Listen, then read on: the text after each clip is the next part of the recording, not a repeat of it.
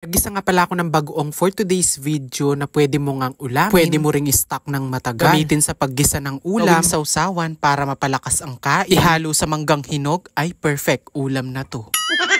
So hi mga chiko, welcome back again to my mini vlog. Kailangan nga pala natin dito ng 1 kilong alamang. Gusto ko sa alamang yung medyo malaki, as in may gaspang siya kapag kinakain. Hiwa na maraming bawang dahil hindi tayo gagamit dito na sibuyas. Prituhan nga pala to ng tosino at ito na nga yung gagamitin ko sa paggisa. So, pwede kayong gumamit ng mantikang hindi pa gamit. Mainit na nga yung mantika at muntik pa masunog kaya nilagay ko na itong bawang. Haluin hanggang maging literal na brown yung bawang. Pagkatapos ilagay na nga yung 1 kilong alamang. Pagkagisa, maglalagay nga pala tayo dito ng asukal. Ito nga pala nabili kong alamang, hindi naman siya gaanong maalat. Tsahin nyo na lang yung ilalagay nyong asukal. Haluin nyo nga to ng haluin hanggang matuyo.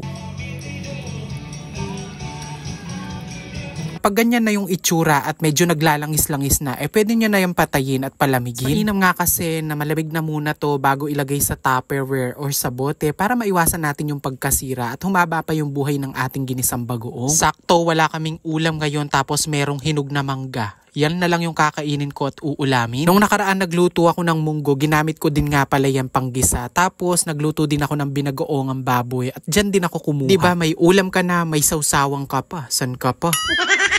Huwag mo na lang din araw-arawin yung pagkain neto. Po tarugo, mamuulam bato, kayong kayong bato. O diba, magulo.